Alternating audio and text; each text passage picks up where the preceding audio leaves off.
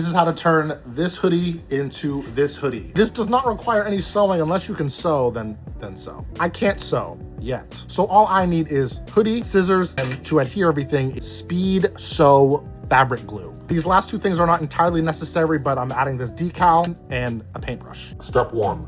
Dyeing the hoodie. If you like the original color of your hoodie, you don't need dye, but I like dyeing stuff. And if you do use dye, all-purpose dye, especially if you have 100% cotton hoodie. If you don't, if you have like a poly blend, you want to use RIT Dye's synthetic dye. For the dye bath, all you need is salt, a little bit of Dawn dish soap, and the dye itself. After giving that a good mix, we're going to add the hoodie to the dye bath.